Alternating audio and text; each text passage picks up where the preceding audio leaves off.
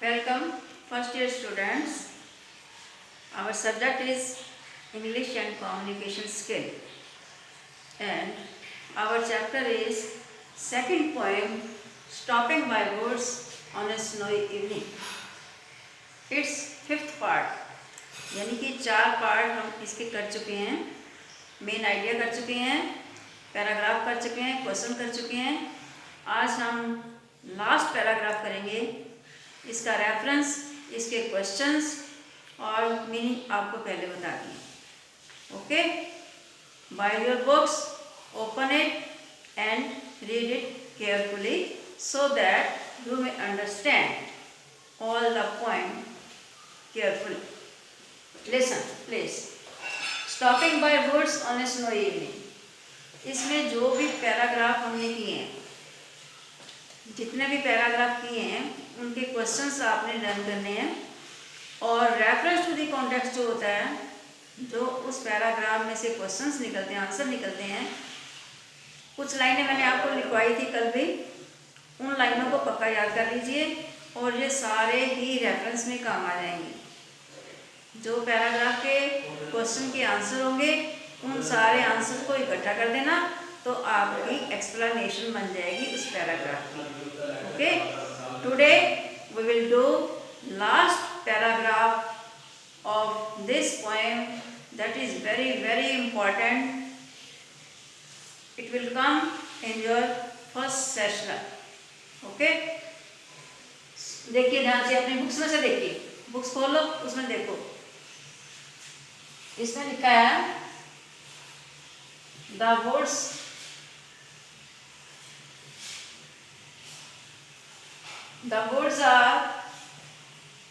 are lovely, dark and gay.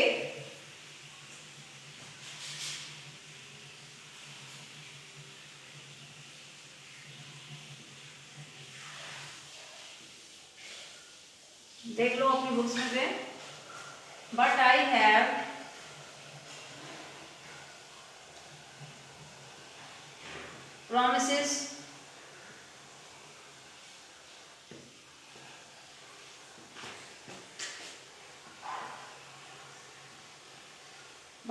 promises to keep. इसका मतलब मैंने आपको कल भी समझा दिया था कि वो जंगल में जा रहा था, तो जंगल की सुंदरता को देख के, वुड्स की सुंदरता को देख के एकदम से अट्रैक्ट हो गया था और रुक गया था, क्योंकि बहुत सुंदर दिखाई दे रहे थे वो. तो कहता है, लेकिन उसको याद आ जाता है कि but I have promises to keep, लेकिन मुझे कुछ वायदों को पूरा करना है.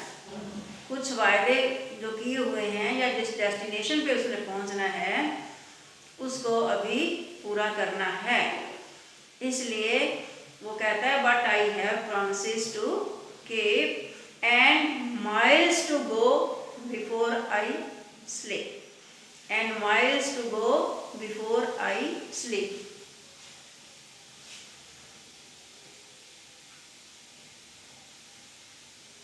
And miles to go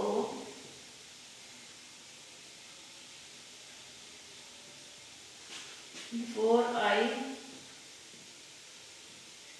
sleep. And same line. And miles to go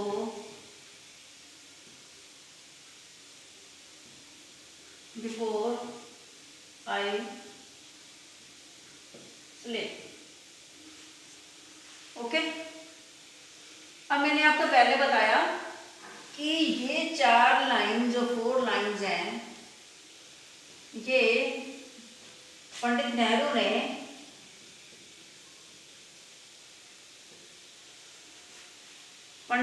ने अपने राइटिंग पैड पे लिख के अपनी टेबल के ऊपर रखी हुई. ठीक है, जब उनकी मृत्यु हुई ना, कुछ दिन पहले उनकी ये कई टेबल पे ये लाइनें पड़ी हुई थी और उनको इतनी पसंद थी और उन्होंने सोचा था कि मैं स्लीप करने से पहले, यानी मैं चाहे सदा के लिए सो जाऊं या वैसे सो जाऊं या कुछ रेस्ट करूं रास्ते में, उससे पहले मुझे अभी बहुत ही महत्वपूर्ण काम करने हैं. अगर व्यक्ति ये सोच ले, मन में ठान ले कि मैंने ये काम करना है, तो वो कर सकता है. तो मैंने आपको कहा कि इस पैराग्राफ को अच्छी तरह से याद कर लेना, आएगा पेपर में, भूल मत जाना। तो अब इसके जो क्वेश्चन है देखो, इसी में से हम क्वेश्चन ढूंढेंगे, इस पैराग्राफ में से ही हम इसके क्वेश्चन जो है उनके आंसर ढूंढ लेंगे। ओके, हम first question is how does the poet describe the woods. अब इसमें देखिए कहाँ लिखा है कि वो वुड्स को कैसे डिस्क्राइब कर रहे हैं। लाइन को पढ़ो ध्यान से, लाइन को ध्यान से पढ़ो, देखो तो पता चलेगा कि इसका आंसर हमें कहाँ से मिलता है। अब हमने पूरा इसको रीड, इस पैराग्राफ को पूरा रीड किया, ठीक है, तो इसी में से हमें पता चल जाएगा कि इसका आंसर कहाँ पड़ा है। How does the poet describe the woods, woods को उसने कैसे डिस्क्राइब किया, कैसे उसका वर्णन किया, क्या बताया कि वुड्स कैसे हैं, क्या बताया कि उसकी वुड्स कैसे हैं। ये देखो पहली लाइन में आ जाता है the woods are lovely dark and deep, the woods are lovely dark and deep. तो आप इसका आंसर लिख दीजिए the poet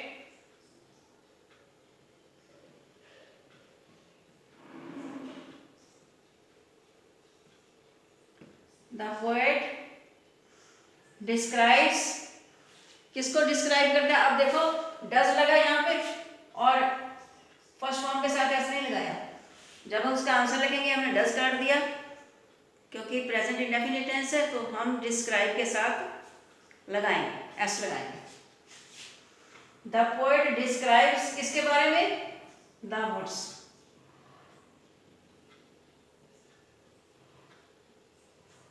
describe the woods कैसे, डिस्क्राइब द वुड्स एज, आइए देखो इतने में आ रहे हैं answer, lovely dark and deep. ठीक है, समझ आ गई।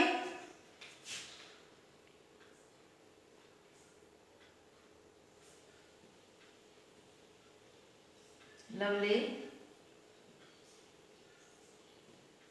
Dark and deep. ठीक है, समझ आया, क्वेश्चन आंसर बीच में से निकल गया। अब हमारा नेक्स्ट क्वेश्चन है what is the poet reminded of. Poet को किस चीज के लिए याद दिलाया गया, हॉर्स ने याद दिलाया था ना, पोएट को किस चीज के लिए याद दिलाया गया। पोएट को हॉर्स ने शेक करके ये याद दिलाया कि अभी हमने कुछ ड्यूटीज को पूरा करना है। ड्यूटी उनकी कौन सी है, मंजिल पे पहुंचना है, यानी अपने फार्म हाउस पे पहुंचना है। उस फार्म हाउस में शाम तक हमें पहुंचना है ताकि अंधेरा ना हो जाए, क्योंकि पहाड़ों में फिर अंधेरा हो जाए तो रास्ता कम दिखाई देता है। इसीलिए हॉर्स ने उसको याद दिलाया कि रास्ते में तो कोई चीज़ भी नहीं, ना कोई फार्म हाउस हुआ है, ना कोई और चीज़ आई है जिसके लिए ये मेरा मालिक है जो रुक गया है, क्या देख रहा है। इसने उसने शेक करके, घंटे को शेक करके अपने मालिक को चेताया था।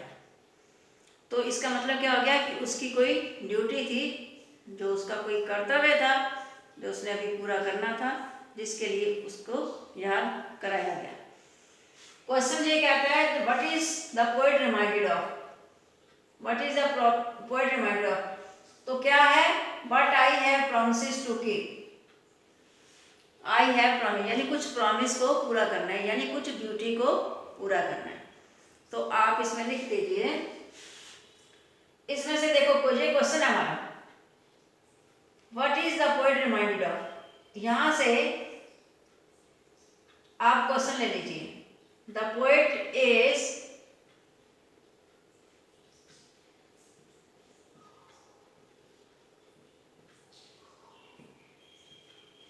reminded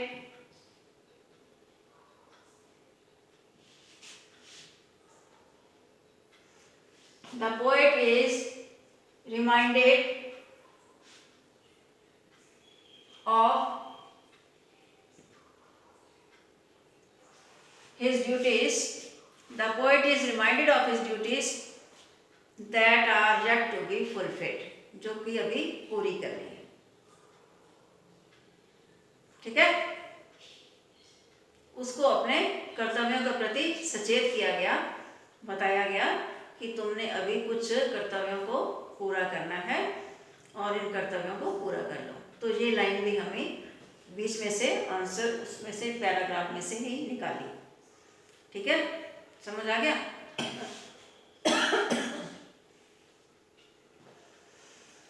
आगे आप लिखिए, what is the meaning of last lines.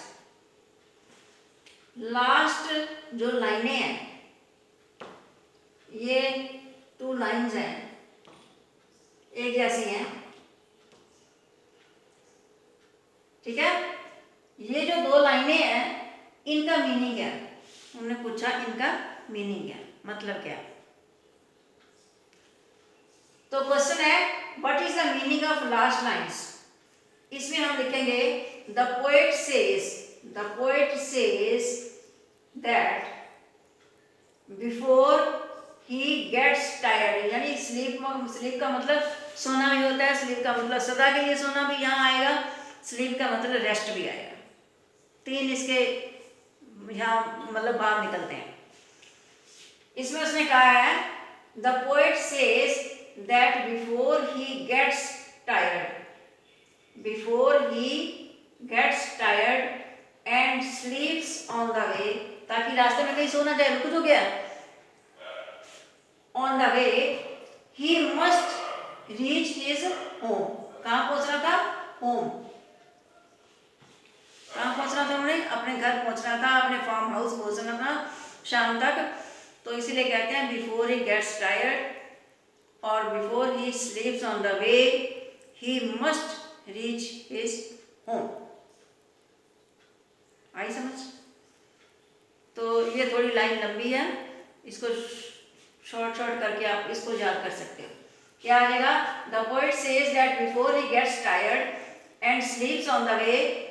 देखो ये लिखा, the poet says that before he gets tired and sleeps on the way he must reach his home which is far away, जो कि बहुत दूर है, जहाँ तक उन्होंने पहुँचना है। इसके बारे में सारा कुछ उसने ये बता दिया, पहले चेता दिया, और अब जो पोएट है वो सोच रहा है कि मुझे क्या करना है, आगे क्या करना है, अपने डेस्टिनेशन पे पहुँचना है। Life is a promise, we must fulfil it, duty is duty. तो आपने जो पहले पैराग्राफ किए ना, पहले जो हमने किया उसमें क्वेश्चन किया, तो उसकी कुछ लाइनें भी आप लिख सकते हो अगर आपको नहीं आता है, आप याद नहीं किया हुआ तो, क्योंकि आपकी लाइन ठीक होनी चाहिए, उसमें ग्रामेटिकल मिस्टेक नहीं होनी चाहिए, तो आपको मार्क्स मिल सकते हैं। ठीक है, आई समझ कि नहीं? ओके, अब इसकी है इसी पैराग्राफ की आपको रेफरेंस टू द कॉन्टेक्स्ट भी आ सकता है। इसी पैराग्राफ का आपको रेफरेंस टू द कॉन्टेक्स्ट भी आ सकता है। तो रेफरेंस में मैंने जैसे आपको बताया था पहले, जब हमने फर्स्ट पैराग्राफ किया था, उसमें मैंने आपको सब कुछ बता दिया। दोबारा आपको उसके वही पैराग्राफ आप याद कर लीजिए, रेफरेंस में तो वही का वही आएगा, कुछ भी चेंज नहीं करना। जो मैंने आपको कल लाइनें लिखवाई हैं उनको अच्छी तरह से आप लर्न कर लीजिए। ये तो कॉमन ही है। These lines have been taken from the poem Stopping by Woods on a Snowy Evening, written by Robert Frost. He is an American poet. According to him, duty is duty. लिखा है ना कल? Duty first. Life is a promise and one must fulfill it. ठीक है, ये आपका हो गया सारा। जब हमने किसी कविता का रेफरेंस लेना, किसी भी कविता में आ जाए तो ये 3-4 लाइनें आपने याद करी हैं, तो उसी पोएम की जो थोड़ा भाव अर्थ है वो आप इसमें रेफरेंस में लिख दीजिए, तो आपका रेफरेंस बिल्कुल ठीक हो जाएगा। आगे एक्सप्लेनेशन।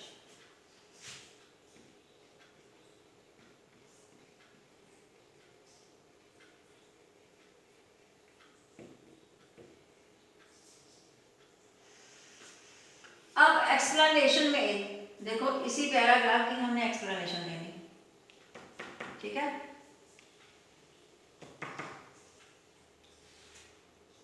ठीक है, इसी पैराग्राफ की देनी है ना। तो इसकी जो पहली लाइन आपने कैसे लिखनी है,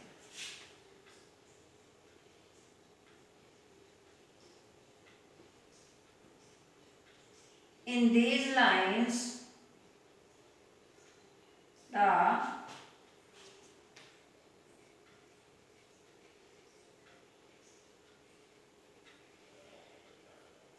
the poet says, in these lines the poet says। तो आप सारे क्वेश्चंस को अगर कलेक्ट करके लिख दोगे तो सारी आपकी एक्सप्लेनेशन बन जाएगी। ठीक है, सारी लाइंस को कलेक्ट कर दो, आपकी एक्सप्लेनेशन बन जाएगी। क्योंकि हमने क्वेश्चन भी, जो क्वेश्चन के आंसर निकालने हैं उसी पैराग्राफ में से निकाले हैं, उस पैराग्राफ का मीनिंग भी यही है। समझ आ रही कि नहीं आ रही? इसी तरीके से आपने ये लाइनें तो आपने लिखनी है हर एक में। In these lines the poet says, आगे सारी पूरी अपनी लिख दो, उसकी एक्सप्लेनेशन लिख दीजिए। समझ आई? ठीक है,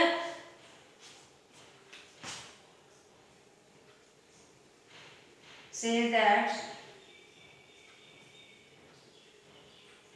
woods are lovely, dark,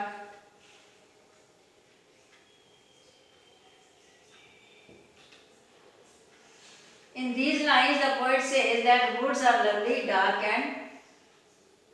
and deep। आगे ये दो लाइनें लिख दो, आपकी पूरी एक्सप्लेनेशन खत्म हो गई। ठीक है, अब सेज लिख दिया तो डिस्क्राइब लिखने की जरूरत नहीं है।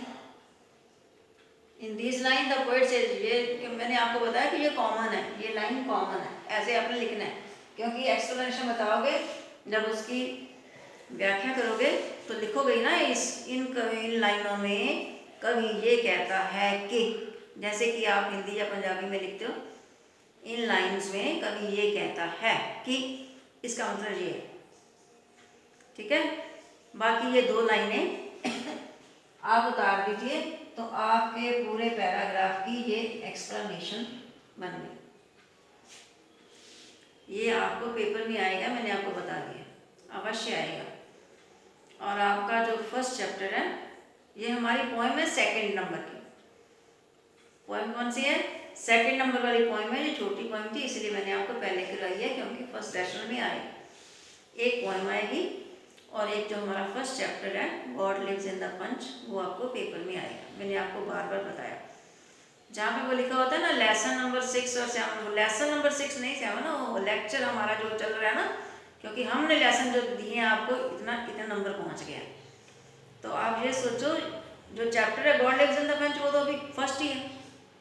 ठीक है, और पोएम नंबर ये सेकंड है। स्काईलार्क हम बाद में करेंगे, बहुत लंबी पोएम थी, इसीलिए आपको ये पोएम छोटी कराई है। बात समझ आ गई कि नहीं?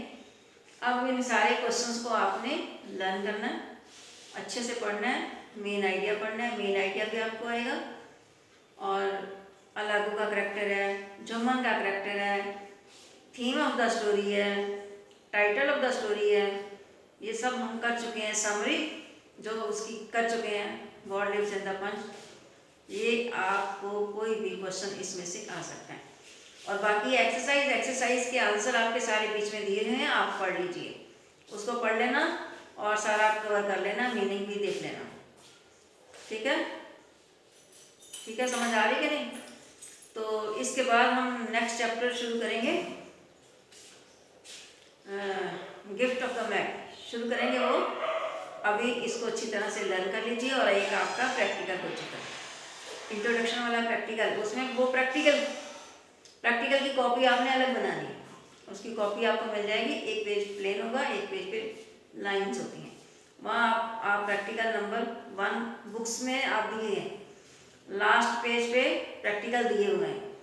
तो आप अपनी कॉपीज़ में फर्स्ट जो प्रैक्टिकल है वो लिख लीजिए, और थोड़ा बहुत उसको पता भी सोचिए भी कैसे कि हमने इंट्रोडक्शन देने जाना है अपनी किसी के पास, तो किस तरीके से हमने इंट्रोडक्शन देनी, जैसा कि मैं आपको करवा चुकी।